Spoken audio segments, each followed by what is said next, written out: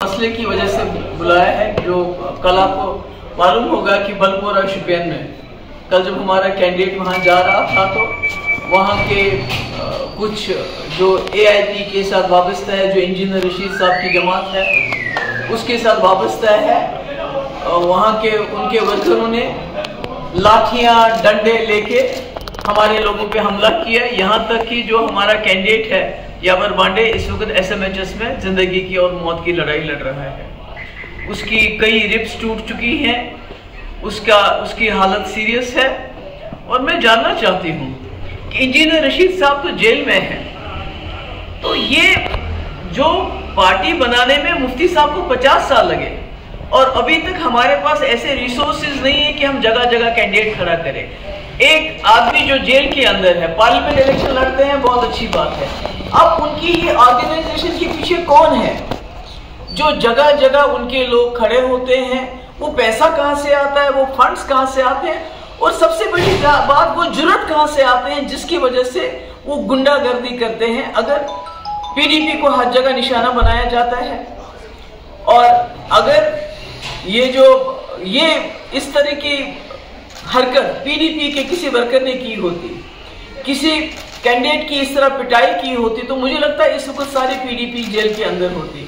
तो मैं यहाँ की सरकार को बताना चाहती हूँ कि अगर आपने इंजीनियर रशीद साहब की पार्टी को दोबारा एक प्रॉक्सी पार्टी, जब आपकी बाकी प्रॉक्सी पार्टी फेल हो गई है, अब इंजीनियर रशीद साहब की पार्टी को आप सामने ला रहे हैं, उसकी आप भरपूर मदद कर रहे हैं पैसे से, बाकी चीजों से, तो मुझे ये बताइए कि आप फिर बताइए सीधे कि बाकी किसी पार्टी को इलेक्शन ही नहीं लड़ना है। ये कैसे गुंडागर्दी है? अगर कल हमारा कैंडिडेट यावर बांडे बलपोरा में चला गया है, जहां का आपका AIP का कैंडिडेट है राजा वही, तो उसके वर्करों ने इस तरह कातिलाना हमला कैसे जुर्रत की हमारे कैंडिडेट पे करने की, और अभी तक कार्रवाई क्यों नहीं हुई? अभी तक वो लोग जेल में क्यों नहीं है? तो मैं लोगों को भी खबरदार करना चाहती हूं कि प्रॉक्सी पार्टीज के इसमें मत आइए। इनके पीछे एक बहुत बड़ी ताकत है जो चाहते हैं कश्मीर का वोट जो है वो डिवाइड हो जाए। खासकर PDP उनके निशाने पे है।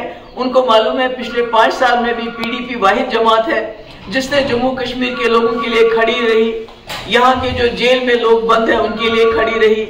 जो इन्होंने 5 अगस्त 2019 को किया उसके खिलाफ आवाज उठाई, इसलिए इनके निशाने पे PDP है। और ये जितनी भी जमातें हैं जो आजाद उम्मीदवार की शक्ल में आ रही है, AIP की शक्ल में नजर आ रही है, उनका बाज़ाब्ता कहीं ना कहीं से उनकी फंडिंग हो रही है और उसके साथ उनको सरकार की पूरी प्रोटेक्शन मिल रही है। तभी उन्होंने जुर्रत की कि PDP के कैंडिडेट पे इस तरह कातिलाना हमला करें। Ma'am, you want any sort of probe in? वो तो पता है उनको अभी तक जेल में होने चाहिए थे, अभी तक वो जेल में बंद क्यों नहीं है? और ये जो AIP के कैंडिडेट है, इनके पास इतने वसाइल कहां से आ गए? इनका लीडर जेल में है, ये हजारों की तादाद में इनके साथ गाड़ियां होती हैं, इतना पैसा कहां से आ गया? ये तो लोगों को सोचना चाहिए, ये अचानक कहां से आ गया?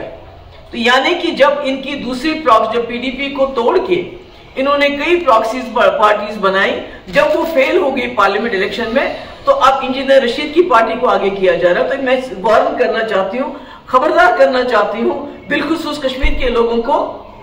आपके यहाँ बिलाशक PDP NC कांग्रेस पार्टी है, इसके अलावा जितने भी आप मैदान में इस वक्त देख रहे हैं, जितने भी लोग घूम रहे हैं, खासकर AIP की जो पार्टी घूम रही है, इसकी बैकिंग पीछे से हो रही है। ये खबरदार रहिए, ये बहुत नुकसान पहुंचाना चाहते हैं जम्मू कश्मीर के कॉज को, खासकर उस कॉज को जिसके लिए PDP पिछले कई सालों से लड़ रही है। तो अस्पताल में पड़ा बेचारा, उसके ऊपर चढ़ के उसको दबाया गया, उसका गला दबाने की कोशिश की गई, उसकी कई रिब्स टूट गई हैं, उसके सर पे चोट आई है, उसके सर उसको इतना ज्यादा मारपीट की है कि उसको SMHS रेफर किया गया। उसकी नाक से मैंने सुना खून भी निकला है। तो अब इससे ज्यादा और कातिलाना हमला क्या हो सकता है? तो क्या वजह हो सकती है? ये सेंस ऑफ इनसिक्योरिटी है उनके लिए कि PDP उनके लिए खतरा साबित हो सकती है? बिल्कुल PDP के पीछे पड़े हुए हैं, PDP के कैंडिडेट पे हमला हो रहा है। हर जगह जो PDP के रिबेल कैंडिडेट्स है उनको स्पॉन्सर किया जाता है। बच्ची का कैंडिडेट देख लीजिए जिसने प्रेशर कुकर निशान रखा है, जिसको हमने एक दिन नेशनल कॉन्फ्रेंस से वो हमारे पास आया, दूसरे दिन उसको कैंडिडेट बनाया, उसको इज्जत दी, सब कुछ दी। जी तो आज वो भी प्रेशर कुकर का निशान लेके डोर टू डोर जा रहा है और उसको एनआईए के केस की वजह से ब्लैकमेल करके उसका भी इस्तेमाल कर रही है बीजेपी पीडीपी के खिलाफ। तो जिस तरह से राजनाथ सिंह जी का खिलाफ साजिश है, इनको मालूम है कि पीडीपी अगर ताकत में आ गई तो वो दिल्ली के डिक्टेट्स को नहीं मानेगी।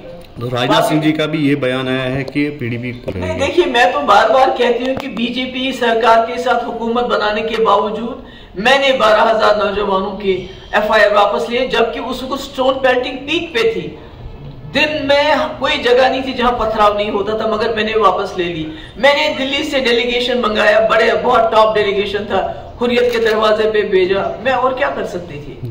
तो इसके मुकाबले में जब उमर साहब नेशनल कॉन्फ्रेंस में वजीर थे, बीजेपी की सरकार में दिल्ली में वजीर थे 5 साल, उन्होंने क्या किया, पोर्टल यहां लागू किया, उन्होंने शातूस पे बैन लगाई और पूरी दुनिया में घूमते रहे ये कहने के लिए कि जम्मू कश्मीर दहशतगर्दी का मसला है, पाकिस्तान के ऊपर बमबारी करो, मसला हल हो जाएगा। मैंने बीजेपी के साथ रह के पीडीपी का एजेंडा चलाया, जम्मू कश्मीर के लोगों का एजेंडा चलाया, मगर नेशनल कॉन्फ्रेंस ने बीजेपी के साथ रह के सरकार में रह के उनका एजेंडा चलाया, वो लोग उनके पास आयाम है। तो वकार रसूल का कहना है कि लाल झंडे का ये जो एनसी कांग्रेस के अलायंस है ये असूलों की मबनी नहीं है।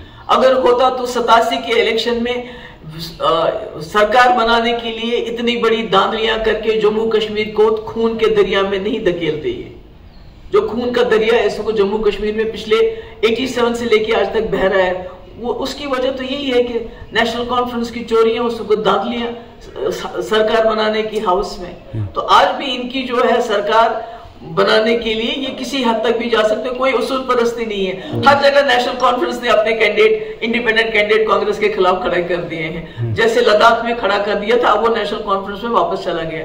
तो ये